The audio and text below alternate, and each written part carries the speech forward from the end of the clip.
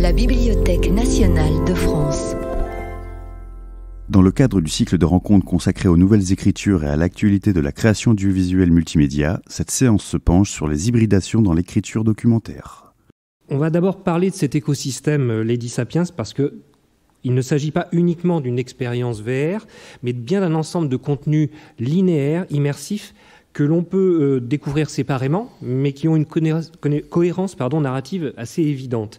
Alors, Sophie Parot, peut-être, pouvez-vous commencer par dérouler un peu la chronologie des différentes productions et l'implication des différents acteurs présents sur ce plateau, mais il y en a d'autres également, je pense notamment à Thomas Siroto, à Éric Pincas ou à Jacques Malater.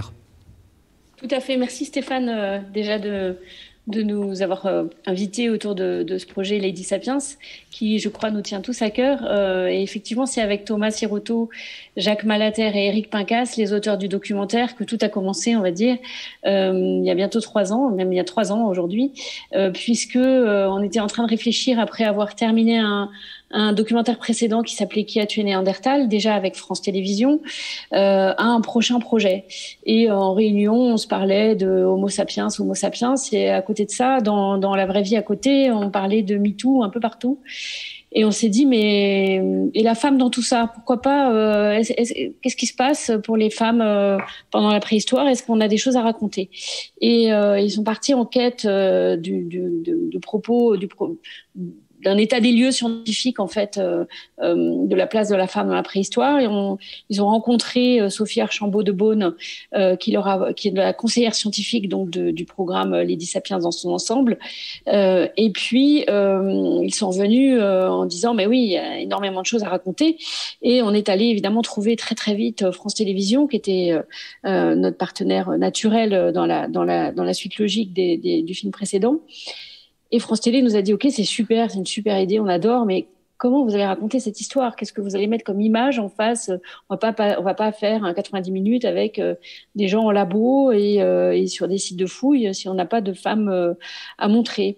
Et Jacques Malater, qui est donc un des scénaristes du film, tout de suite réagit en disant mais il faut aller voir Ubisoft. Ils ont conçu un jeu, donc Far Cry Primal, qui est une licence de jeu Ubi, qui se passe entièrement au Paléolithique. Jacques avait été conseiller auprès d'Ubisoft sur ce jeu et ils ont modélisé un univers parfaitement cohérent au Paléolithique. C'est ce qu'on a fait. Donc on a rencontré de cette façon Ubisoft. Je pense que ça a été une rencontre assez évidente des deux côtés. On s'est tout de suite dit oui sans hésitation. Après, on a trouvé les façons de travailler ensemble. Mais donc la première étape, c'était ça, c'était le documentaire. Et puis très naturellement, Valérie Montmartin, qui est la productrice créatrice de Little Big Story, me dit mais ce serait génial de faire de la VR. Ubisoft fait de la VR et on a un sujet en or puisqu'on pourrait se glisser dans la peau d'une femme sapiens. C'est parti de cette idée. J'ai commencé à échanger d'abord avec Chloé Jarry, donc Lucid Realities, et puis est venue dans l'histoire Camille comme autrice-réalisatrice, et on a conçu tous ensemble cette histoire sur laquelle assez vite France TV nous a également accompagnés avec son département à l'époque recherche narrative, France TV Story Lab aujourd'hui.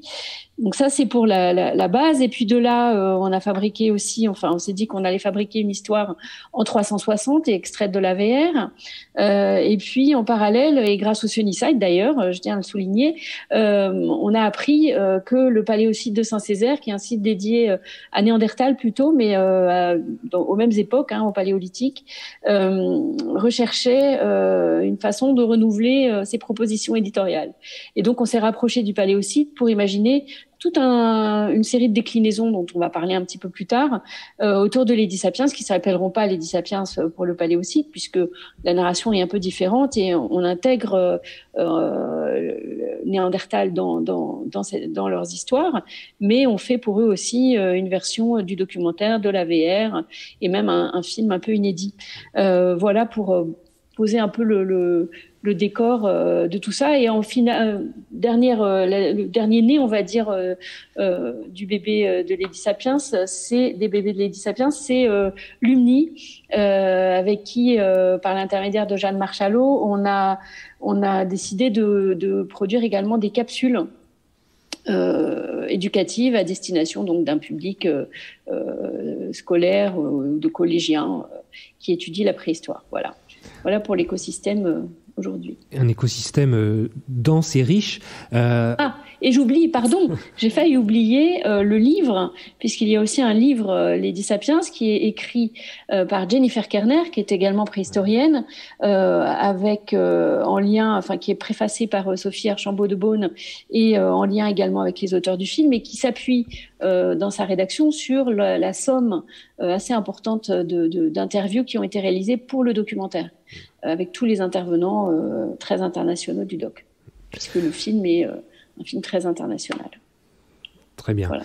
Donc un autre élément de cette galaxie Lady Sapiens, on est bien d'accord, on parle de documentaire scientifique, c'est-à-dire tout est vrai et scientifiquement prouvé. Absolument. On parle de la science. D'ailleurs, le scénario a été écrit grâce au fait que Sophie de Beaune a partagé ses recherches, 15 ans de travail de recherche scientifique sur la répartition des tâches entre hommes et femmes au Paléolithique, avant même leur publication, avec Thomas, Eric et Jacques pour l'écriture du scénario. Et de cette écriture est né le film. Et ensuite, on est allé chercher dans les images du jeu Far Cry la matière visuelle qui viendrait illustrer la science. Mais c'est pas l'inverse. D'accord. Merci Sophie pour cette transition toute trouvée. Alors, Déborah Papernik, comment un éditeur de jeux vidéo avec des licences mondialement connues se retrouve à être aussi impliqué dans un documentaire et au final, un écosystème mettant en avant donc cette femme, cette Lady Sapiens? Alors en fait, nous, on crée des jeux vidéo, mais ce qu'on crée surtout, c'est des mondes. Et pour créer ces mondes, on fonctionne un peu comme les producteurs de documentaires, c'est-à-dire qu'il y a toute une recherche en amont. Recherche d'abord sur l'état de l'art, ce qui existe sur le thème qu'on a choisi, mais aussi des échanges avec des experts. Donc, par exemple, Jacques Malater, qui était un des consultants sur Far Cry, pour être sûr de recréer un monde qui est au plus proche de la réalité. Après, on prend certaines libertés, parce qu'il faut qu'on préserve l'intérêt du joueur, la partie entertainment, la partie divertissement du jeu. Mais la base du monde qu'on crée, elle est réaliste et elle est ancrée dans la réalité. Ça fait des jeux. Mais on peut aussi en faire d'autres choses.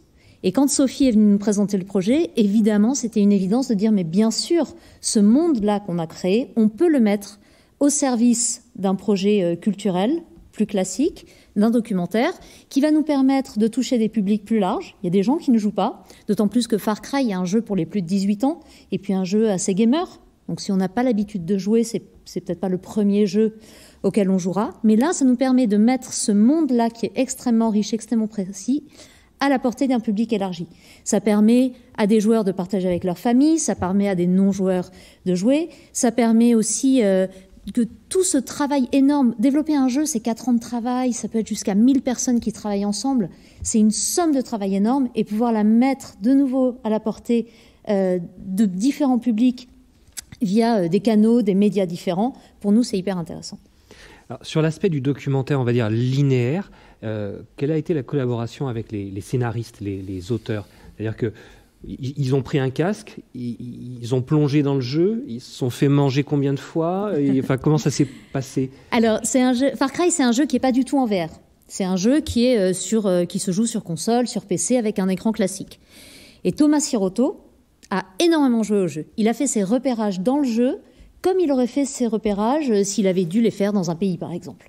Donc, il a fait ses repérages dans le jeu, et ensuite, il a pu écrire toute l'histoire, choisir les moments qu'il avait envie d'intégrer, et il est venu s'asseoir à côté d'un des techniciens d'Ubisoft pour faire les captures vidéo à l'intérieur du jeu. Comme on a un monde 3D, on a maintenant, depuis quelques années, on a une caméra qui nous permet de filmer ce qu'on veut à l'intérieur du monde. Donc ce qu'on voit, les images qui vont être intégrées au documentaire, ne sont pas juste la vision du joueur, par exemple avec des combats, avec les menus, avec tout ce qu'on aurait sur un jeu vidéo classique. En fait, on peut enlever tout ça et venir juste filmer ce qu'on veut à l'intérieur du monde. Et c'est ce qu'a fait Thomas. Et il a fait une dizaine de jours de capture vidéo à l'intérieur de ce monde pour ensuite en isoler les moments clés qui vont être intégrés au documentaire. D'accord. Et sur la partie donc scénaristique, est-ce que il y a eu une sollicitation auprès de vous en disant là il me manque des éléments de l'univers et pour raconter cette histoire de façon la plus précise possible, est-ce que vous pouvez créer quelques lieux, Alors nous, créer des lieux supplémentaires, c'est extrêmement compliqué, mais il y a une matière tellement riche et c'est des dizaines et des dizaines d'heures de jeux possibles et de lieux possibles. Il a joué au jeu de base, il a joué à toutes les campagnes supplémentaires. Je pense qu'il est devenu un ultra gamer. Et lui-même a bien identifié les scènes, les moments, les lieux dont il avait besoin pour illustrer son propos scientifique, puisque comme l'a dit Sophie, on part vraiment de là. Et je pense qu'il les a trouvés dans le jeu. Et après, le documentaire, ce qu'il n'a pas trouvé dans le jeu, il a pu aller le chercher ailleurs. D'accord. Alors, comme on le disait, Lady Sapiens, c'est aussi une expérience VR. Et donc, Camille du Vélo-Roi, donc notre cœur de sujet, c'est l'hybridation dans l'écriture. Donc, comment est-ce que vous avez conçu la narration qui fait appel à plusieurs médias, mais pour avoir une cohérence dans l'expérience? Est-ce que vous avez travaillé avec les auteurs du documentaire linéaire? Est-ce que vous avez essayé d'avoir des ponts évidents au-delà du fait qu'on travaille dans le même environnement? Est-ce que vous avez été bloqué par certaines choses ou au contraire vous vous êtes dit c'est très bien, tout est facile? Je suis partie du socle qu'a décrit Sophie, en fait, c'est-à-dire l'étude tout le travail de Sophie Archambault-Debaune et le scénario de Thomas pour le documentaire linéaire. Et ensuite, il y a quelque chose qui est essentiel, en fait, quand on va aller vers l'hybridation et que il fallait que j'en fasse, moi, un scénario à la première personne incarné. Il faut trahir, en fait, ce qui a déjà été écrit, donc il faut se le réapproprier et il faut casser les scénarios qui ont déjà été écrits, en créer un dédié à Lady Sapiens VR. De la même manière que Déborah disait, donc il y a le jeu vidéo. Moi, la chance que j'ai eue avec Ubisoft, c'est qu'en fait, j'ai eu le droit de casser en fait tout ce puzzle du jeu vidéo, c'est-à-dire j'ai eu le droit de recréer des scènes à partir de tous les éléments du jeu vidéo et de recréer de toutes pièces avec des éléments qui existaient déjà, mais de dire, on va faire une rivière, et puis là, on met tel type d'arbre, on met pas telle autre arbre, on met telle lumière, etc. Tout ça, c'est possible parce qu'en fait, ça existe déjà dans le moteur du jeu vidéo. Et moi, c'était le bonheur parce que je pouvais juste dire, j'aimerais bien qu'il y ait une biche qui passe là. Hop, j'avais la biche, je voudrais un mégacéros en haut de la rivière. Oh, ok, j'ai un mégacéros. Donc, ça se passe super bien. Et l'hybridation, en fait, je ne sais pas s'il y a tant eu que ça une hybridation, parce qu'en fait, pour moi, j'ai plutôt créé une narration dédiée à un support et à un type d'expérience qui a été très clair dans la demande de Sophie, c'était de être une femme sapiens. Donc, qu'est-ce que ça veut dire? Pour moi, ça voulait dire aussi faire une expérience où, en fait, je vois tout à la première personne, je peux interagir avec l'environnement dans lequel je suis et idéalement, je peux me servir de mes mains. Parce que moi, j'avais très envie... si on a notre corps, il faut aussi qu'on puisse manipuler l'environnement dans lequel on est. Et donc, on a imaginé des expériences qui se déroulent... plusieurs scènes qui vont s'enchaîner à la suite. Et en fait, on voit des choses... En fait, déjà, il n'y a aucun commentaire dans l'expérience VR, parce que je n'aime pas ça. Donc, il n'y a aucun... mais tout ce que vous faites est vrai. Tout ce que vous faites est vraisemblable et possible. Tout l'environnement est vraisemblable. Tout a été validé par Sophie Archambault aussi, c'est-à-dire même les décors. Il y a un moment, on avait mis un renard. On ne savait plus si c'était le renard ou le lapin. On a rechangé. Bref. Mais c'était des détails très importants. Et en fait, à chaque fois, c'est de créer une expérience dédiée pour ce support-là. Et la principale difficulté, je dirais, qu'on a eue, c'était un petit peu un mur technique on a rencontré avec tout le système du hand tracking, c'est-à-dire de suivre les mouvements de la main de l'utilisateur ou de l'utilisatrice. Et en fait, on voulait utiliser un casque, vraiment le casque le plus accessible et avoir une technologie sans aucune manette. Et en fait, on s'est retrouvé confronté, ça marchait pas. C'était pas possible, on n'y arrivait pas, et on a dû réintégrer que la joueuse ou le joueur maintiendrait des manettes pour interagir avec l'environnement dans lequel il serait. C'était vraiment le principal obstacle, je trouve, qu'on a eu technique. Après, on a relevé plein de défis, parce qu'on a incarné, on est vraiment, quand on se regarde, on voit le corps de Lady Sapiens, on voit son reflet dans la rivière, on marche, etc. Enfin, il y a plein de choses que les équipes d'Ubi ont super réussi, mais c'est vrai que l'end-tracking, on est arrivé à un endroit où on voulait pousser trop loin les capacités du casque et ça passait plus. D'accord. Très bien. Alors, France Télévisions, c'est un partenaire de premier plan, hein, Sophie Parot l'a dit, Déborah Papernick également. L'innovation, c'est quelque chose qui est devenu, ou qui est depuis de nombreuses années déjà, un axe important dans la stratégie du groupe, et plus particulièrement sur Lady Sapiens. Je sais que vous n'étiez pas aux prémices de ce projet-là, mais ça fait partie des productions qui vont être les plus emblématiques de cette année. Oui, tout à fait.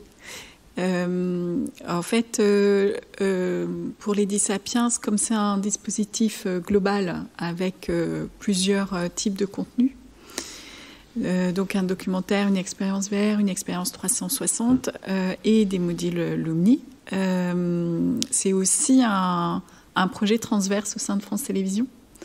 Donc qui dépasse le cadre de la direction de l'innovation dans laquelle se situe le Story Lab.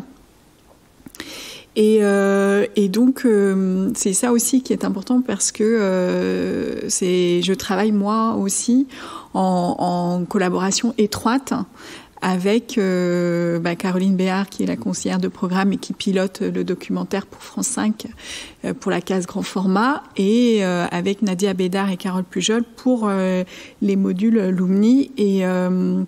Et c'est vrai que moi, je suis très contente que Lumni soit rentré dans la boucle, puisque la préhistoire est au programme de la 6e, et je trouvais ça intéressant parce qu'à chaque fois, à chaque contenu, on s'est adapté au support, comme d'ailleurs l'a dit Camille, et au public. Juste une petite parenthèse, ces capsules-là, ces modules de 5 minutes, ce n'est pas des séquences de l'expérience, c'est véritablement des contenus frais. Oui, en fait, à chaque fois, à chaque contenu de l'univers Lady Sapiens, le contenu est propre à sa diffusion et à sa distribution. Et donc, même si le propos général est le même, à savoir, grâce aux nouvelles découvertes sur en paléontologie, où on découvre qu'effectivement, sur la place de la femme dans la société sapiens, on nous a un peu menti. On nous a pas totalement dit les choses, et qu'en fait la femme occupait une position bien plus active, et que la société sapiens était organisée probablement par âge et non pas par sexe. À partir de ce propos-là, et à partir de l'univers d'un jeu vidéo qui, effectivement, comme l'a dit Déborah, propose un monde vaste, eh bien, on propose des contenus qui sont différents et qui sont écrits à chaque fois pour le support et le public en question. Donc oui, les modules de Lumni, c'est le portrait de Lady Sapiens décliné en fonction d'un des aspects. Par exemple, Lady Sapiens artisane, Lady Sapiens artiste, Lady Sapiens athlète, Lady Sapiens chasseresse, etc. Et pareil, sur l'expérience VR, c'est l'incarnation en Lady Sapiens pour justement avoir une expérience interactive. Et le 360, c'est une autre expérience où on se dit ok, moi aujourd'hui j'hérite de ça, moi Homo sapiens sapiens, et qu'est-ce que j'en fais? Donc là, il y a un vrai regard beaucoup plus personnel d'ailleurs de la part de Camille sur le 360, et le documentaire qui est vraiment où on découvre toutes ces recherches sur Lady Sapiens. Donc l'innovation, en fait, elle est au cœur de chacun de ces contenus, puisque à chaque fois, notamment, on utilise les images d'un jeu vidéo, ce qui n'a jamais été fait en termes de production, en termes de création, d'écriture, et en termes de synergie entre un Little Big Story, Ubisoft et France Télévisions. Et donc, je suis effectivement très contente que Lady Sapiens soit aussi globale et aussi transverse, parce que ça nous montre que, d'abord, l'innovation, elle n'est pas juste pour le département du Story Lab, mais qu'elle est impliquée dans différents départements au sein de France Télévisions, et que même si le Story Lab a une petite existence, puisqu'en fait, c'est Annick Jakobowicz qui, à l'issue du département Nouvelles Écritures, avait créé le département Recherche Narrative début 2019 au sein de la direction de l'innovation et de la prospective, et que j'ai repris le flambeau au 1er juillet. Et voilà, donc le Story Lab est très récent, très jeune, et c'est important que nous montrions que France Télévisions se positionne sur ces projets innovants pour un public qui ne va peut-être pas à l'antenne. D'accord. Cette expérience VR, elle est indiquée en 6DOF. Peut-être qu'on peut expliquer ce que c'est que le 6DOF. Je l'explique régulièrement, mais je pense que Camille, vous pouvez peut-être le donner plus de détails sur ce que ça veut dire, une expérience en 6DOF. En fait, c'est une expérience dans laquelle vous pouvez vous déplacer physiquement. Donc nous, on a imaginé une scène de 3 mètres par 3 mètres dans l'espace réel, physique. Et en fait, dans l'espace virtuel, vous disposez du même espace. Et vous accroupissez. C'est comme dans le vrai monde, en fait. C'est quand on s'accroupit, tout s'accroupit. Quand vous allez vous regarder dans la rivière, vous voyez votre reflet et vous pouvez marcher. D'ailleurs, on vous invite à suivre Lady Sapiens qui vous parle. Vous pouvez vous saluer, vous parlez avec elle, vous interagissez avec elle. Donc, c'est tout ça concrètement ce que ça veut dire le 6DOF. D'accord. Et DOF, c'est pour degré de liberté en anglais. Ouais. D'accord. Justement, alors vous évoquiez le fait qu'il y ait une narration, des interactions, vous pouvez peindre sur le mur. Je dirais grossièrement, donc vous m'excuserez par avance, l'écriture d'une œuvre conçue nativement pour la télévision, c'est un arc narratif avec un début, un milieu, une fin qui est ouverte ou qui est fermée. Quand on est dans un monde en réalité virtuelle, il y a une histoire quand même qui se raconte, et donc il faut à la fois peut-être guider l'utilisateur et en même temps qu'il se sente pas trop contraint. Là, il y a une gradation qui est assez fine à opérer, parce que on risque de perdre l'utilisateur s'il n'y a pas suffisamment de signaux qui indiquent qu'il doit se rendre vers tel endroit ou avoir telle interaction. Donc à ce moment-là, comment on travaille ? On joue, on pousse le curseur dans un sens, on le remet dans l'autre sens. Comment exactement on opère ? Déjà, je pense que même si on est sur une œuvre interactive, il y a une grande dimension linéaire, c'est-à-dire qu'il faut créer une dramaturgie avec un début, une fin, à l'intérieur de laquelle le joueur ou la joueuse peut avoir des espaces de liberté, mais en réalité, il suit quand même un chemin qu'on lui donne. Pour lui donner un chemin, en fait, j'avais plein de principes posés. C'est que déjà, il faut qu'un enfant à partir de 13 ans puisse faire l'expérience. Il faut que tout le monde comprenne. Il faut que ce soit accessible. Donc, il faut qu'on soit extrêmement simple et en étant très didactique, sans jamais tomber dans le tutoriel. Je supporte pas des moments dans une expérience interactive où on dit vas-y, attrape ça, voilà, c'est bien. Allez, maintenant, vas-y, fais ça, attrape ça, c'est bien. Je supporte pas ça. Donc, en fait, il faut on a imaginé, je me suis dit, il nous faut quelqu'un qui nous accompagne pendant toute la découverte de ce monde paléolithique.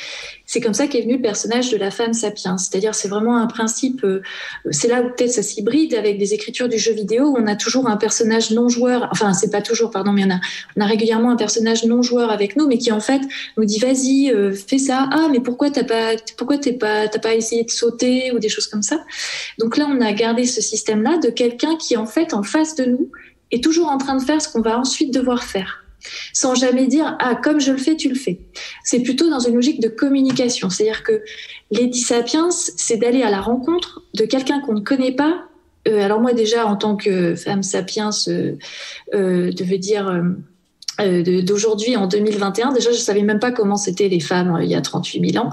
Donc déjà, c'était une découverte. Donc, on peut partir de ce postulat que tout le monde ignore en fait comment ça se passait pour les femmes au Paléolithique, étant donné qu'on ne nous l'a jamais montré.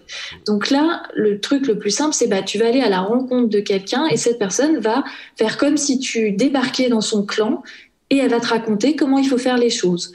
Donc, elle va te montrer comment te soigner la main et donc elle fait le geste, c'est-à-dire elle fait devant toi quelque chose comme ça et puis elle te regarde ta main qui est blessée et elle te parle.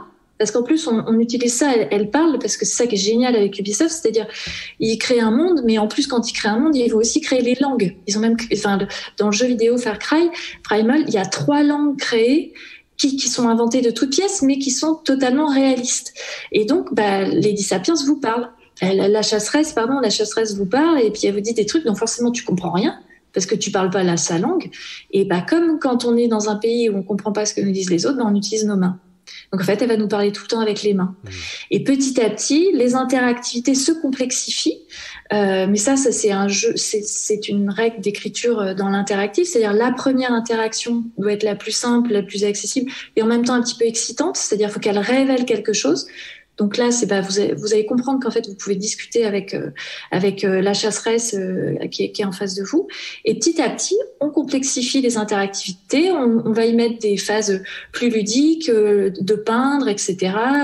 Et après, bien sûr, on va jusqu'à la chasse.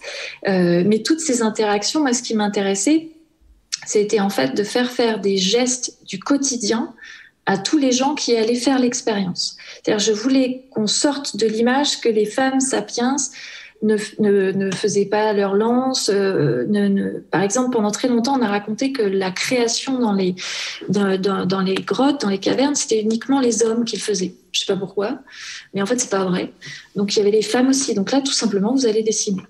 Et voilà, et tout ça, après, ça se construit. Et bien évidemment, une fois qu'on a écrit tout ça, qu'on l'a conceptualisé, qu'on l'a monter, etc., faut faire des tests. Donc là, on confronte aux utilisateurs. Alors, nous, on teste énormément pendant tout le temps du développement, etc. Mais il y a un moment où on le connaît trop et en fait, on ne sait plus tester notre propre expérience. Et donc là, on la confronte à un public extérieur. Et là encore, on apprend et on dit, OK, ça marche pas. Ça, on doit changer. Ça, voilà. Mais c'est quand on est arrivé déjà à un certain stade de développement. D'accord. Alors, je voudrais parler un petit peu, enfin en tout cas plutôt qu'Alexandre parle, parce que moi c'est pas très intéressant ce que je dis, mais la question de la distribution, je le disais en préambule, est quelque chose de majeur de façon générale, mais peut-être encore plus prégnant pour tout ce qui est œuvres immersives. Vous allez peut-être nous expliquer, et notamment pour celles et ceux qui sont devant leur écran, ce que ça recouvre, le principe de la distribution, mais lors d'une précédente conférence que j'ai organisée, on me disait, mais en fait, l'œuvre immersive, elle doit être, la distribution doit être déjà partie prenante dès la phase d'écriture, notamment pour peut-être se dire, mais là, je vais toucher un public qui est plus large si on change quelque peu l'angle. Et donc, si je touche un public plus large, je vais pouvoir avoir de plus amples revenus, parce que c'est pas dégoûtant de dire qu'en fait, il faut des revenus pour pouvoir financer d'autres projets.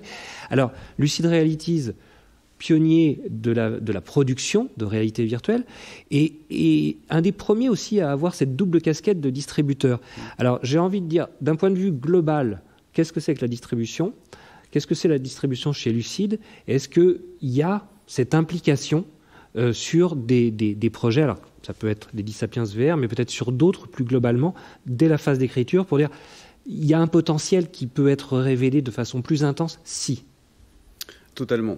Alors, je vais peut-être pas définir ce qu'est la distribution en général de la réalité virtuelle, parce que je pense qu'il y a plusieurs distributions.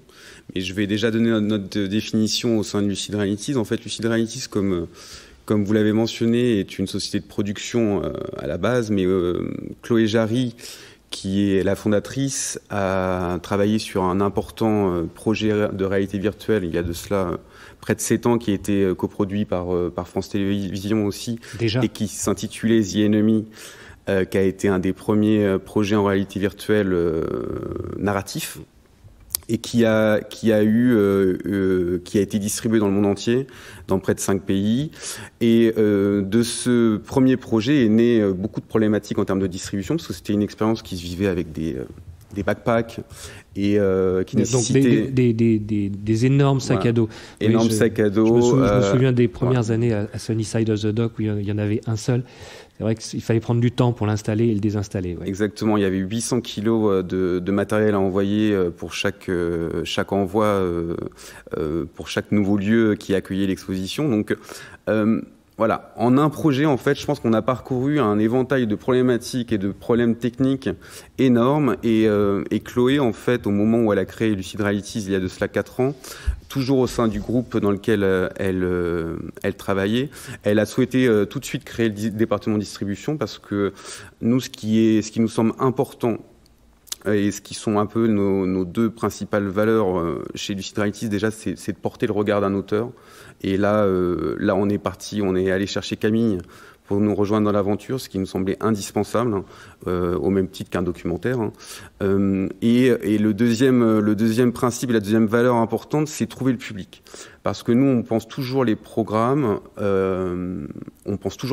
doivent être montrés au public. Aujourd'hui, il s'avère que le taux d'équipement du grand public en casque VR est assez faible.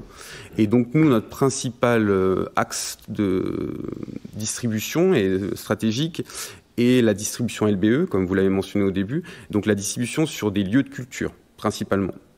Ces lieux de culture avec qui nous travaillons sont, pour certains, interviennent en tant que coproducteurs de certaines de nos expériences. Ici, Sophie avait approché le Paléosite, donc le lieu de diffusion était déjà acquis dès la phase de développement le premier lieu de diffusion dès la phase de développement du projet VR. Mais nous aussi, chez Lucid Realities, on cherche toujours à impliquer les lieux de diffusion dès la phase de développement, parce que déjà, d'une part, ils peuvent, dans certains cas, nous aider, éditorialement parlant, en tant que conseil scientifique, quand on travaille avec des musées d'histoire naturelle, par exemple, ou des musées de fine art, c'est exactement pareil. Mais aussi, ils vont pouvoir nous donner des clés de compréhension de ce qu'est leur problématique en termes de trafic, de public, d'accueil du public, les problématiques techniques aussi, les services qui sont impliqués dans le management d'un espace vert, parce qu'un espace vert, en fait, implique plusieurs services au sein même d'une même institution. Les services techniques, les services des publics, les services de médiation, les programmateurs.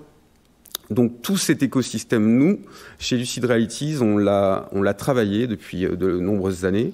Et Sophie est venue nous voir à la fois pour bénéficier de cette expérience-là en tant que producteur, parce qu'on est producteur exécutif de l'expérience VR, mais aussi en tant que distributeur, parce que on accompagne Sophie dans l'implantation du dispositif au Paléosite, mais aussi on réfléchit avec elle à créer des packages, des formats d'exportation qui pourraient inclure à la fois l'expérience VR, mais aussi des modules plus linéaires, des extraits du documentaire, des extraits d'interviews.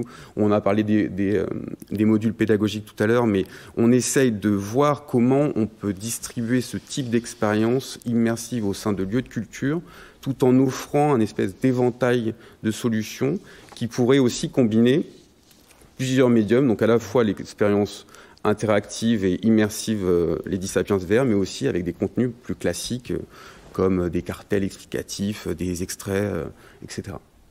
D'accord. Alors, justement, quand on prépare... Pardon, oui, bien Stéphane, sûr, Jeanne. si je peux juste rebondir sur ce que dit Alexandre. Effectivement, la question principale de tous ces... Alors là, j'étends au projet immersif, interactif, de manière générale, c'est d'aller toucher le public. Et ce qui n'est pas forcément évident, puisque les casques, c'est pas encore dans les us et coutumes, même si ça augmente de manière importante.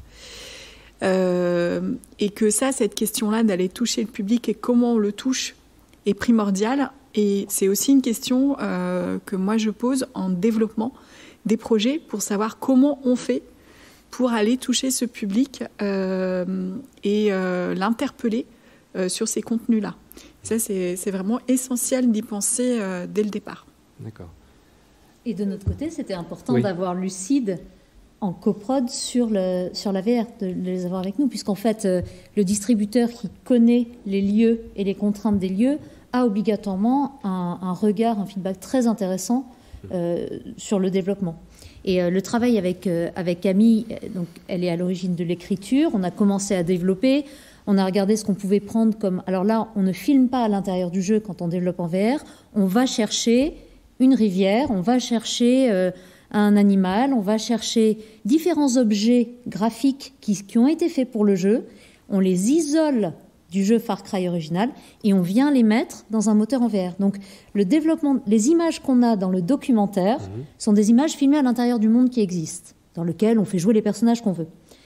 La VR, c'est différent, on reprend et on recrée, à partir de ces éléments graphiques, on recrée le monde qu'on veut. Si on dit que la rivière est là et la falaise est là, ben on les met où on veut. On peut même décider d'agrandir la taille des animaux. Par exemple, à un moment, on s'est dit, le mammouth, il n'est pas assez grand. On l'a fait grandir, et puis quand Sophie a vu a testé le jeu, elle a dit, oh là là, le mammouth, il est un peu grand. Parce qu'elle sait que c'était pas bon. Voilà. Donc je voulais juste planter. Donc il y a aussi tout cet aspect de flexibilité, et c'était très important de tester tout au long du développement. Et ça, c'est ce qu'on fait sur tous nos jeux, sur toutes nos expériences VR aussi. C'est tester tout au long du développement pour être sûr que ça correspond bien au public qu'on veut toucher et prendre en compte les aspects de diffusion aussi. Sophie, un mot à ajouter ? Sophie Parot, pardon. Mais déjà, sur la collaboration, oui, je pense qu'effectivement, l'idée, c'est que vraiment, sur chacun des aspects de ces productions, c'est à la fois, je crois que vous l'avez tous déjà bien exposé, mais ce sont des univers distincts, et éditorialement et en termes de montage de production. Le film a son existence propre. C'est une coproduction avec le Canada. Il y a un certain nombre de partenaires à l'étranger, outre France Télévisions, comme la NHK, comme PBS aux États-Unis, qui viennent en soutien du film.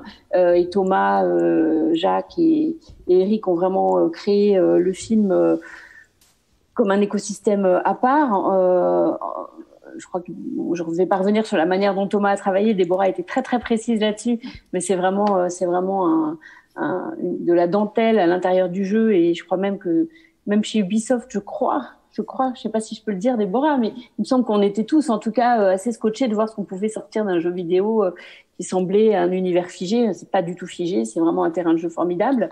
Et puis un autre écosystème qui est celui de la VR, que Camille s'est approprié et qui a su aussi travailler en collaboration très étroite avec les équipes d'Ubisoft, ce qui n'était pas forcément quelque chose d'évident au départ, puisque je crois que Camille, qui est une autrice très engagée et réalisatrice autonome, est habituée à travailler avec ses propres équipes qu'elle choisit, et Ubisoft est habituée à travailler aussi en écosystème de son côté, et il a fallu donc apprendre à se connaître et apprendre à travailler ensemble, et ça ça a été une étape nécessaire, mais qui a donné lieu après à une collaboration très riche et très agréable.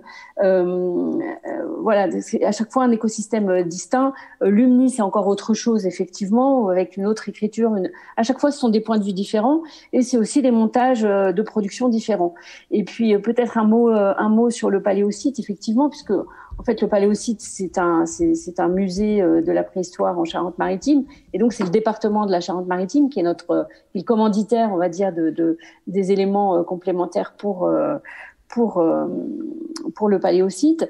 Et il se trouve, peut-être qu'on peut ajouter un mot, on peut raconter j'allais y venir, expérience de plus. Je voulais parler Sophie, de... Pardon. Mais je t'en prie, vas-y. Non, mais voilà, mais en fait, dire que en fait, le premier confinement a eu peut-être de ce site vertueux qu'on était tous bloqués. En fait, Lady Sapiens aurait dû partir en tournage le 11 mars 2020. Vous imaginez où on était tous dans nos canapés déprimés, et on se demandait bien ce qu'on allait devenir et dans quel calendrier on allait pouvoir travailler. Et puis quelqu'un au département de la Charente-Maritime a eu une idée géniale qui était de dire, mais puisque on peut pas avoir de film là, on va être en retard, et puis on a besoin de renouveler notre contenu. Ils avaient eux aussi un peu fait leur devoir et probablement joué à Far Cry, et ils se sont dit, pourquoi pourquoi c'est dur à dire ça. Mais je ne veux pas dû lancer là-dedans. Mais nous sommes vendredi, c'est normal. C'est normal. Pourquoi ne pas imaginer un film, c'est bien aussi. Merci. Pourquoi ne pas imaginer un film dédié au bestiaire fantastique qui existe dans Far Cry, et qui est donc peuplé non seulement de mégacéros et de mammouths, mais aussi de tigres. Alors il y a un tigre à dents de sable, je crois, il y a un lion, on a un ours des cavernes, enfin on a plein d'animaux extraordinaires. Et imaginez une histoire à partir autour de ces animaux. Et Thomas Siroto a donc passé une grande partie de mars 2020 à jouer encore plus Far Cry, pour isoler des séquences et imaginer un scénario autour de ça, qu'il a construit ensuite dans les équipes avec Nathanaël chez Ubisoft pour aboutir à un 12 minutes. Alors, je ne sais pas si on a le temps de montrer un petit extrait, mais c'est vraiment un film à part. C'est pas tout à fait l'écosystème Lady Sapiens, mais c'est pas loin. Et c'est un film qui raconte donc l'aventure d'une jeune néandertalienne qui part en quête d'une plante pour sauver son enfant et qui en chemin fait des rencontres assez effrayantes en fait avec tous ces animaux, mais voilà, ça finit bien. Je ne sais pas si on peut révéler la fin. Non, on ne révèle pas la fin, on ne montre pas d'image et on se dépêche de prendre son ticket de réservation pour le Paléosite. Ça s'appelle comment ce film, ce 12 minutes ? Ça s'appelle Pierrette en terre animale et c'est visible exclusivement au Paléosite de Saint-Césaire. D'accord, ok. Donc ça, c'est encore quelque chose de différent dans l'écosystème. J'avais justement, en fait, il y a quelques années, ceux qui travaillaient déjà dans le secteur, on parlait de transmédia. Il y a longtemps, c'était au siècle presque dernier, on disait « Ah là là, c'est du transmédia », France Télévisions en faisait partie, de ses principaux acteurs et artisans. Et puis, force est de constater que le terme a perdu de son prestige, de sa pertinence. Là, depuis presque une heure, on parle d'écosystème.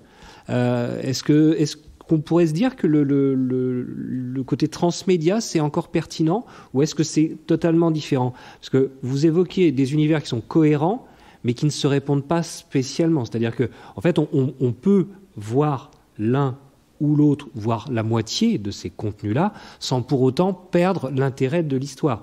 Alors, je ne sais pas, peut-être Sophie, et puis ensuite Jeanne Marchalot.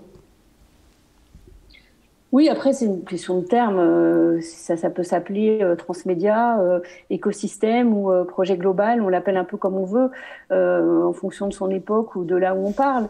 Ce qui est sûr, c'est qu'effectivement, on part d'un socle commun. Nous, l'objectif de Lady Sapiens, c'est de casser les clichés. La femme dans la préhistoire a été depuis l'invention de la préhistoire, on va dire, au milieu du 19e siècle, qui était une science portée par des hommes blancs qui analysaient des restes à partir de leur de là où ils étaient aussi dans leur société, c'est-à-dire forcément une tombe avec une sépulture très ornée était une tombe de quelqu'un de pouvoir, donc forcément une tombe masculine, et la science leur a donné tort 100 ans plus tard avec des analyses ADN. On prouve à 100% que cette tombe-là a été occupée par une femme. Donc ça, c'est le cœur du propos. Mais de ce propos-là, on peut décliner moult formes, et c'est ce qu'on a fait, je crois, avec une manière différente à chaque fois de raconter cette histoire, que ce soit en vous faisant expérimenter en devenant Lady Sapiens, comme le propose Camille dans l'expérience en VR, que ce soit en racontant très précisément l'histoire scientifique de comment on est arrivé à brosser un portrait plus juste, on croit aujourd'hui, de la femme du Paléolithique avec le film réalisé par Thomas, que ce soit en 360, en se posant à nouveau dans la peau d'une femme d'aujourd'hui, ou en s'adressant à un public lycéen et en présentant, lycéen ou plutôt collégien, scolaire, en présentant toutes les facettes, tous les savoir-faire de la femme de la préhistoire qu'on avait. Voilà, donc je crois que le propos global est le même, et ensuite on prend des portes différentes et des chemins différents pour raconter cette histoire. Jeanne ? Oui, c'est sûr que le mot transmédia est un peu obsolète aujourd'hui. Il a été très très à la mode dans les début des années 2000 quand on s'est aperçu qu'on pouvait faire des webdocs et des web-séries et qu'on pouvait en fait décliner une histoire sur plusieurs médias, mais en la continuant. Là, en fait, on décline pas une histoire, on décline un univers. Et c'est un peu différent puisque on décline l'univers, mais on raconte des histoires et différentes, avec des propos différents, mais en créant des passerelles entre ces histoires. Et ce que nous souhaitons, c'est que le public de France 5 va aller faire l'expérience VR. Et que le public qui va faire l'expérience VR aille sur le documentaire de France 5 et puis aille aussi sur les modules Lumni, puisqu'il faut dire qu'aussi grâce au confinement 1, Lumni a acquis une très très grande visibilité auprès des enseignants, des parents. C'est bien la première fois que j'entends dans la même phrase grâce à, mais c'est bien. Oui, il faut voir le positif. Il faut voir le côté positif. Il y en a au moins deux. Sophie a parlé de Pierrette en terre animale qui est née grâce au confinement 1. Donc la position de Lumni a été aussi importante grâce au confinement 1. Voilà, donc je pense que le mot transmédia, en plus, il est un peu daté, il est un peu...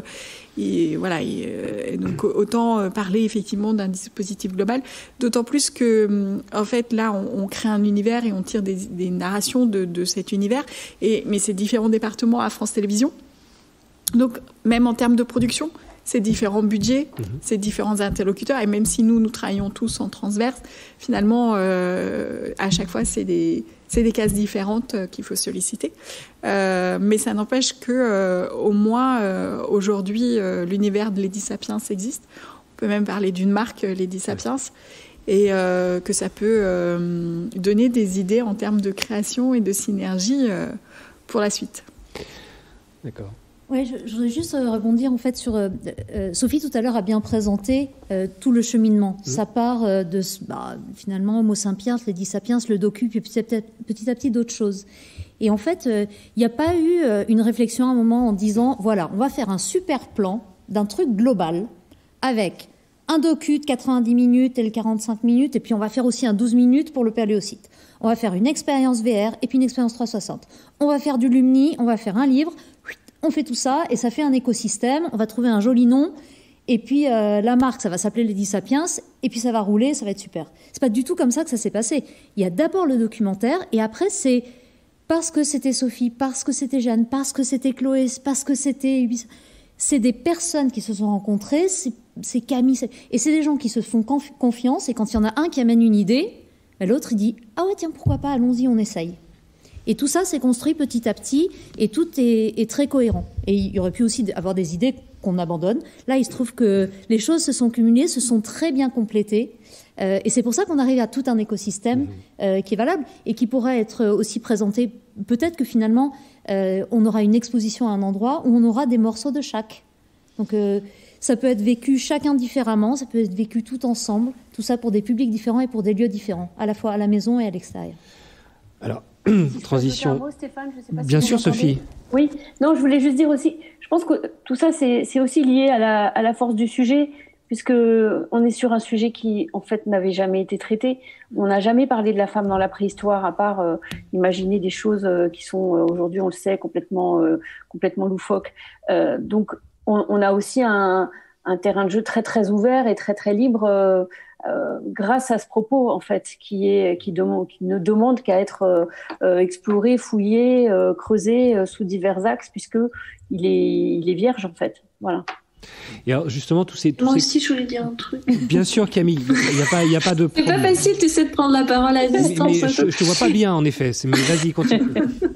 Non, ce que je voulais dire par rapport à ce qui me semble aussi essentiel, c'est en fait d'avoir divisé les écritures et de ne pas demander au même auteur ou au même réalisateur de tout faire, parce qu'il y avait un peu à un moment où dans le mythe du transmédia, il fallait qu'une personne soit capable d'écrire un jeu vidéo, un docu-télé et un jeu VR par exemple. Et en fait, c'est pas vrai. Tu peux pas faire. Moi, j'y crois pas. Et je pense que il est nécessaire de créer des silos, mais au sein du même univers, et d'avoir des écritures séparées, dédiées à chacun des supports, c'est essentiel aussi. D'accord, donc une hybridation, mais pas à tout prix. Voilà. Surtout pas. Ouais. Surtout pas. Et alors, donc, il y avait. Là, je peux. C'est bon. Je voulais évoquer le point que vous avez. Très rapidement soulevé, à savoir ce côté nomade, ce côté un peu, on va pouvoir peut-être faire transiter, naviguer tout ou partie de cet écosystème Lady Sapiens. Ça, c'est quelque chose qui est aussi dans les tuyaux, c'est-à-dire de vous dire, tiens, il y a un musée, je dis n'importe quoi, il y a un musée à Java, ça pourrait être, voilà, c'est la femme de Java qui souhaite avoir tout ou partie de cette exposition. Est-ce que ça, c'est quelque chose aussi qui est dans les tuyaux ? Alors totalement. On peut même parler de dupliquer. Parce que l'idée une expérience comme Lady Sapiens VR en fait pourrait être présentée en simultané dans plusieurs lieux. Nous, ce qu'on essaye de faire et sur quoi on réfléchit actuellement avec Sophie, c'est qu'on a identifié plusieurs thématiques dans le film qui sont traitées et qui pourraient faire écho à des collections permanentes, parce que l'idée quand même c'est de créer du sens. L'expérience VR crée du sens à partir du moment où elle crée un dialogue dans un lieu de culture. C'est pour ça que voilà, les musées d'histoire naturelle seront principalement notre cœur de cible dès que le projet sera terminé, parce que c'est sûr que dans ces lieux-là, présenter une œuvre qui parle de la femme préhistorique, ça a du sens. Maintenant, nous, ce qu'on essaye de faire, c'est comment enrichir cette expérience, la possibilité d'enrichir cette expérience plutôt, avec à la fois des supports plus linéaires, donc comme j'expliquais, extraits du film, mais aussi ça peut être des cartels qui pourraient être coécrits avec des conservateurs des lieux en question. Donc en fait, on essaye de sentir le marché. Aujourd'hui, le marché de l'immersif est en pleine explosion, et grâce à la Covid, je pense qu'il le sera de plus en plus, parce qu'on a compris que d'une part c'était des œuvres qui pouvaient se vivre en dehors des lieux. Là, je parle plutôt de la vidéo 360 qui peut aussi vivre sur téléphone mobile. C'est aussi un canal de distribution que nous, on explore beaucoup chez Lucid Reality, c'est travailler avec les opérateurs téléphoniques. Mais je pense qu'aujourd'hui, le public est en demande de ce type d'immersion, de sensation, et que de plus en plus de lieux vont vouloir accueillir ce type d'expérience. Maintenant, il faut aussi créer du sens, et c'est pour ça que l'intérêt d'être producteur et distributeur, c'est aussi anticiper ces besoins-là et les créer et les prévoir dès le développement. D'accord. Non. Alors, concrètement, quel est le calendrier de sortie ? C'est-à-dire que le documentaire, l'expérience, ce qu'on peut voir au Paléosite, les capsules Lumni, bon ça c'est déjà disponible, le livre, ce genre de choses-là. Alors non, les capsules Lumni ne sont pas encore disponibles. Elles ne sont pas disponibles. Non. Voilà, donc elles vont être fabriquées très très bientôt, et elles seront disponibles au moment où on lancera l'opération Lady Sapiens. Donc on va se caler sur la diffusion du documentaire. A priori, c'est pour la deuxième partie de l'année. D'accord. Très bien. Et le Paléosite a un calendrier un peu différent, puisque c'est vraiment très très localisé à l'exploitation sur site, au musée. Donc, dès que la réouverture des musées sera autorisée, l'expérience pourra être proposée au Paléosite, ainsi que les déclinaisons. Il y a un documentaire donc, de 12 minutes qui est adapté de Lady Sapiens, mais qui contient des séquences exclusives au Paléosite, puisque comme c'est un site dédié à Néandertal, donc il y a la responsable des fouilles du Paléosite, Isabelle Krefker, qui est interviewée dans ce film, qui n'est pas dans Lady Sapiens de 90 minutes. Et ce film-là donc, sera également proposé dès la réouverture du site. D'accord. Nous, à La Rochelle, On a un muséum d'histoire naturelle. On a un événement qui s'appelle Pixie Festival. Je dis ça, voilà. Avant de répondre aux éventuelles questions de nos spectateurs qui sont donc encore devant leur écran, peut-être quelques questions rapides à chacune et chacun d'entre vous. Alors, Déborah Papernik, vous parliez de monde. Vous dites Ubisoft crée des mondes. Bon, très bien. Donc là, on a un monde qui est celui de Far Cry. Mais il y en a plein d'autres. Alors, ça va être quoi la suite des collaborations entre Ubisoft et puis une autre société de production, un groupe de télévision, je ne sais pas. En fait, on a pas mal de discussions, effectivement, parce qu'on a des mondes, ne serait-ce que dans Assassin's Creed.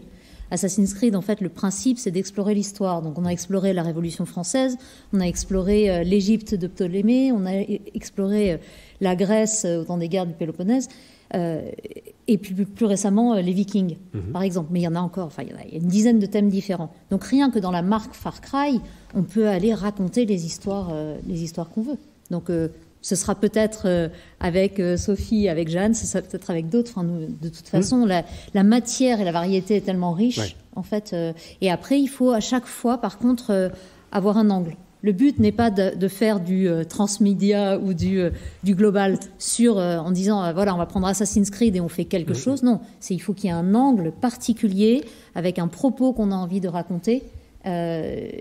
Là, ici, c'est celui de la femme, ça pourrait être autre chose une autre fois, sur un autre thème. Et voilà, et qui est vraiment... qui ait du sens. Oui, ça, par contre, je crois que vous étiez tous les 5 unanimes là-dessus, que ce soit la VR ou le côté jeu vidéo. Il n'y avait absolument pas d'éléments de marketing ou de communication ou de « ah, ça va faire un peu sexy ». Vous partez d'une histoire, vous partez de quelque chose qui va utiliser la prise de vue réelle, qui va utiliser le jeu vidéo, qui va utiliser la technologie, car ça n'est qu'une technologie, la réalité virtuelle, mais à la base, il y a une histoire. Jeanne Marchalot, donc le Story Lab, France Télévisions, bon, Lady Sapiens, d'accord. Et après, ou en même temps ?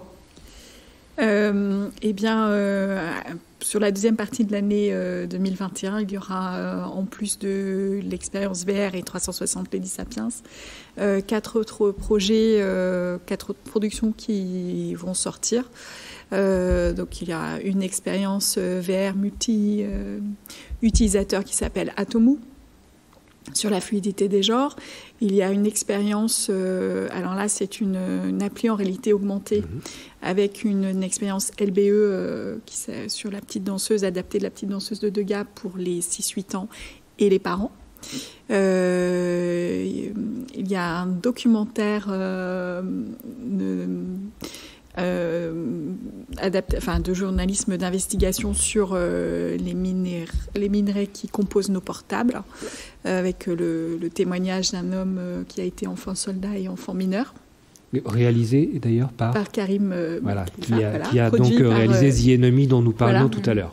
Produit par Lucide Realities, donc Chloé Jarry, donc qui est une appli en réalité augmentée. Et il y aura une autre appli en réalité augmentée avec une expérience in situ qui s'appelle Biblioquette, qui est une invitation à la lecture pour les 8-12 ans, où en fait on entre dans l'univers d'un écrivain contemporain jeunesse au travers des lectures de son enfance. Et on commence par Timothée de Fontbelle qui vient de sortir Alma et qui a eu le prix France Télévisions roman jeunesse pour ce roman. Voilà, et je suis en développement d'autres projets, notamment sur la thématique de l'écologie.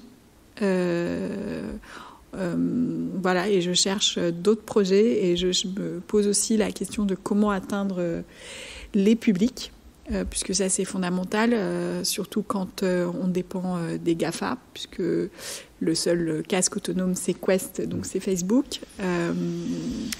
Idem pour les réseaux sociaux si on veut faire des projets, notamment sur Insta, et qu'on dépend des stores Google et Apple pour proposer des applis. Donc voilà, il y a plein de... Ce qui est bien, c'est que c'est très ouvert. Il y a des synergies possibles. Donc j'ai appris cet après-midi lors d'un panel au Festival d'animation de Rennes que l'Allemagne, via les Länder, commence à vouloir investir dans tous ces contenus immersifs et dans le jeu vidéo. Donc je pense qu'au niveau de l'Europe, ce serait bien aussi qu'on puisse travailler. Là, je suis en train de monter une réunion des médias publics francophones avec Arte, l'ONF et la RTBF, et France Télévisions. Voilà, donc il y a plein de dossiers et de sujets en cours. Et ce qui est formidable, c'est que le champ des possibles est ouvert et que, comme disait Déborah tout à l'heure, c'est vrai que sur les Disapiens, c'est une idée qui en a amené une autre, les rencontres. Et que c'est une synergie aussi entre personnes enthousiastes. C'est forcément riche et cette richesse déteint de manière très positive sur les projets. Bien. Alexandre, Lucide Realities. Alors, chez Lucide Quel Realities, territoire allez-vous adresser là encore? Alors, en termes de distribution, il y a déjà, on attend que les lieux de culture réouvrent. Avant tout, on a bien vendu nos films 360 dans beaucoup de télécoms à l'international, mais voilà, nous, on attend vraiment que les lieux de culture réouvrent.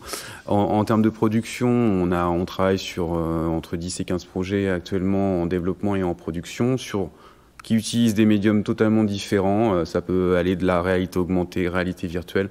Tous ont le même point commun, c'est qu'on parle de technologie immersive. On réfléchit même à des projets, on développe même des projets d'exposition qui peuvent agréger plusieurs médiums différents. Notamment voilà, les expositions immersives qui ont le vent en poupe en ce moment.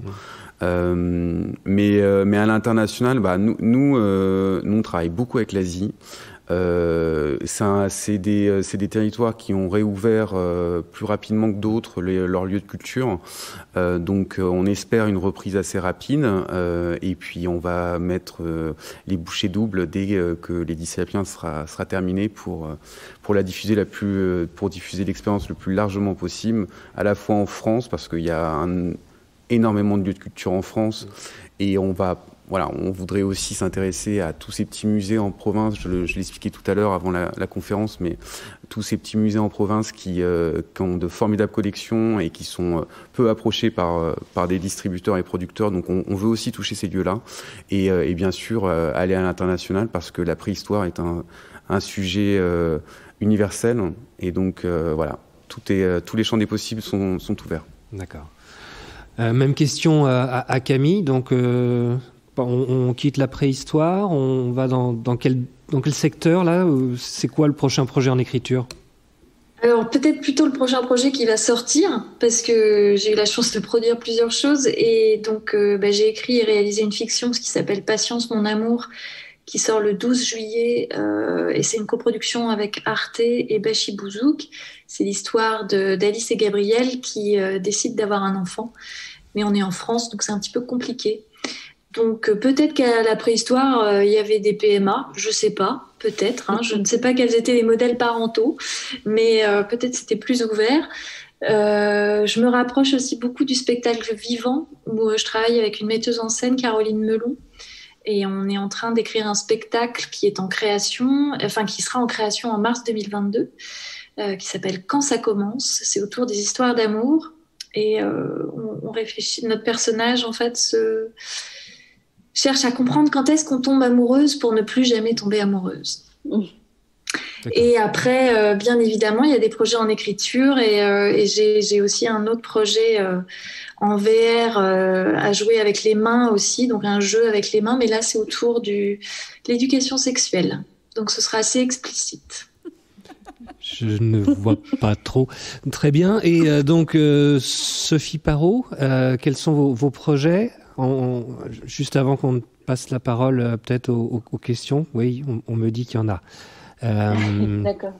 Bon, très rapidement, là, je suis en train de terminer un documentaire qui s'appelle La femme sans nom, histoire de Jeanne et Baudelaire, qui est réalisé par Régine Abadia pour France Télévisions, Passage des Arts. Et on développe également dans un programme en réalité augmentée à partir de modules qu'on a créés pour le film.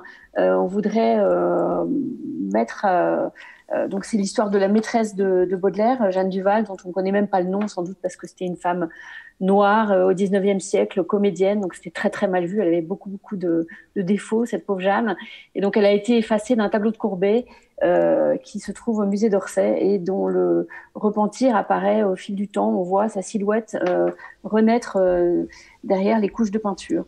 Et donc le film raconte, le film s'adresse à Jeanne et essaie de percer le mystère de son effacement. Et l'expérience en réalité augmentée propose au contraire de donner la parole à Jeanne, et c'est elle qui s'adresse à nous et qui va nous proposer une promenade dans la poésie de Baudelaire. Donc c'est un nouvel axe en développement.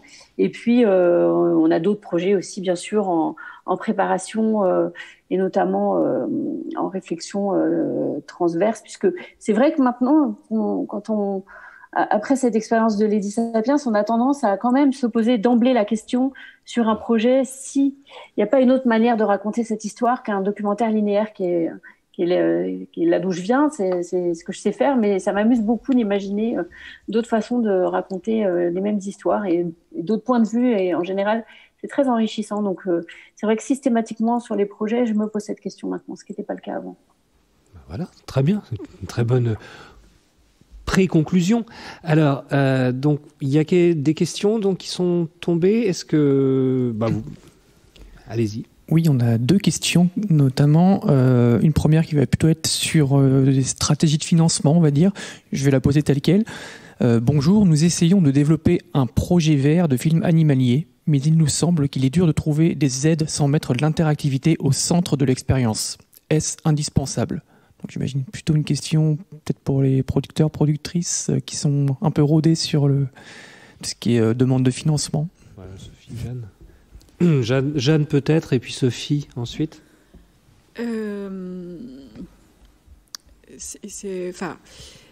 C'est sûr que quand on me propose un contenu immersif,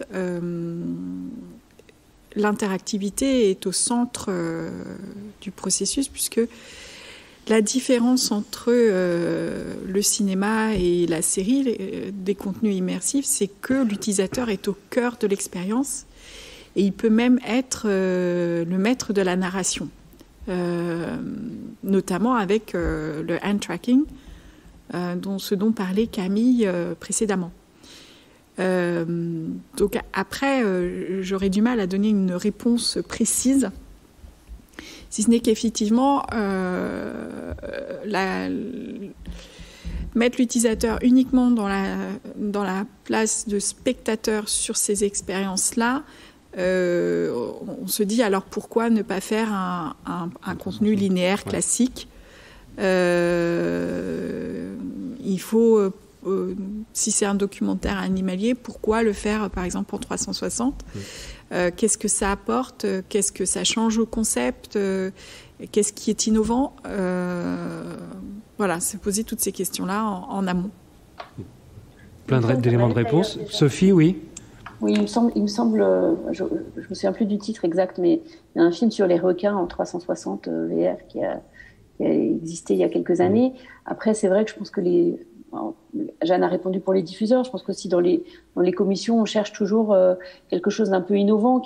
On est sur des formes de narration qui se cherchent, qui cherchent à proposer des nouveaux contenus, qui jouent avec la technique. Donc probablement, j'imagine que les lecteurs dans les commissions ont envie d'être un peu surpris et de chercher des formes nouvelles. Peut-être que c'est ça qui pêche, mais c'est difficile de parler, de répondre à cette question sans connaître le projet, en fait. Bah oui.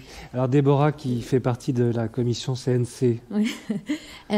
Effectivement, pour moi, si l'interaction, c'est avoir une manette et faire quelque chose avec ses mains, alors non, pour moi, l'interaction n'est pas obligatoire. Elle peut se passer par d'autres choses. Elle peut se passer par le regard, elle peut se passer par le déplacement quand on a les 6 degrés de liberté, par exemple. Et ce qui est important, c'est de savoir ce que va apporter la VR. C'est ce que disait Jeanne. Si la même expérience peut être vue sur un écran classique, alors ça n'a rien de faire de la VR. Si la VR apporte vraiment quelque chose, alors oui, mais il faut que ce soit plus que juste le fait de dire je tourne la tête et donc la scène continue. Il faut qu'il y ait quelque chose qui justifie le média que vous allez utiliser. Oui. Après, comme le dit Déborah, je pense qu'il y a différentes interactivités. Il y a des expériences. Lady Sapiens se vit avec des manettes. Nous, on a produit des expériences qui ont été très bien financées sans manette, notamment une sur Claude Monet où l'interactivité se passait entre autres par le regard. Je pense que il ne faut pas se cacher, la principale source de développement, enfin en tout cas nous, ce qui nous aide à amorcer un projet en tant que producteur, c'est les aides publiques. Les aides du CNC vont nous permettre de produire un prototype et du coup, après ce prototype, on va pouvoir démarcher d'autres partenaires qui vont s'agréger et qui vont compléter notre plan de financement. C'est comme ça que ça marche, mais par contre, pour débloquer cette première étape qui est le budget de développement, il faut soumettre un dossier au CNC et ce dossier au CNC sera étudié à partir du moment où en fait le propos est porté par un auteur.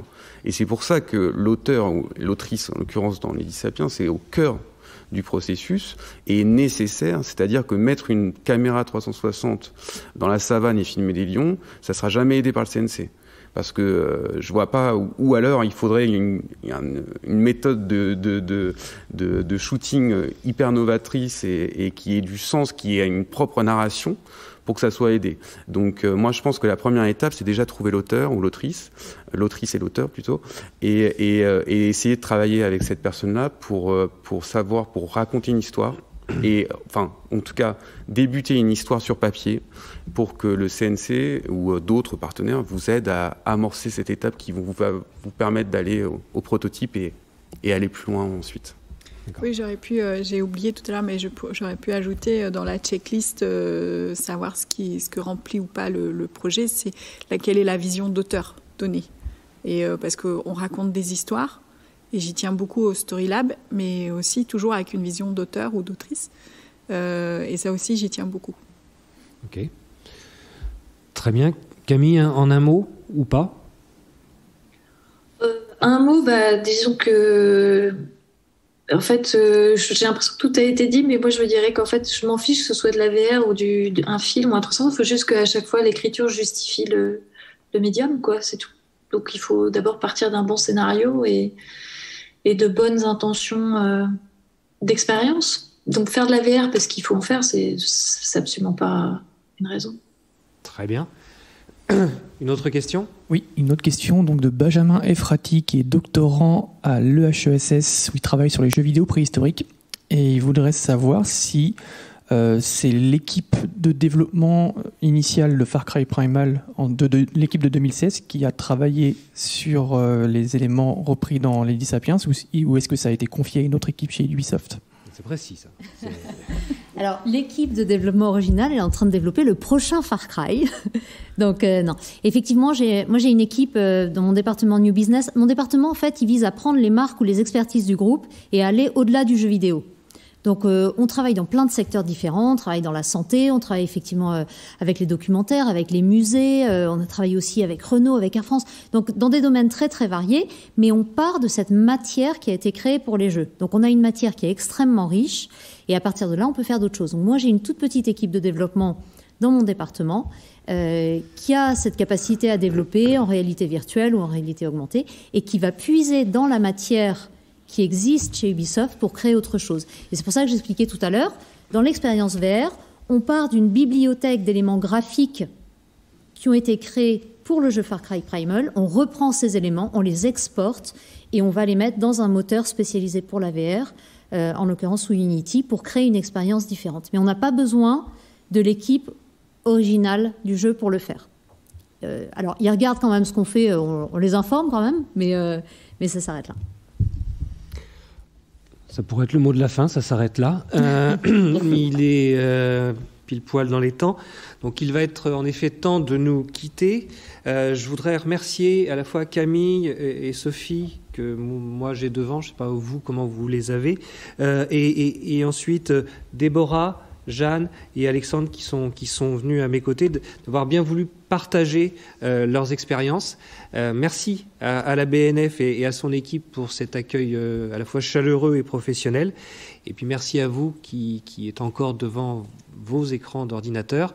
Va falloir tout lâcher et puis prendre un peu l'air, même si... voilà. Moi, je vous donne rendez-vous du 19 au 24 juin à La Rochelle pour Pixie Festival. Merci à la BNF de mettre notre nouvelle affiche. 5 lieux, Muséum d'histoire naturelle, Musée du Nouveau Monde, salle basse de la Tour de la Chaîne, gérée par le Centre des Monuments Nationaux, Aquarium de La Rochelle et Gare TGV de La Rochelle sont ouverts à l'accueil d'installations immersives. Il y a un appel qui a été lancé, un appel international. La deadline, c'est le 22 avril. Vous avez 2 semaines. Merci et bonne soirée, bon week-end. Vous venez d'écouter un podcast de la Bibliothèque nationale de France. Retrouvez les conférences, rencontres et créations de la BNF sur toutes les plateformes de podcast ainsi que sur le site bnf.fr.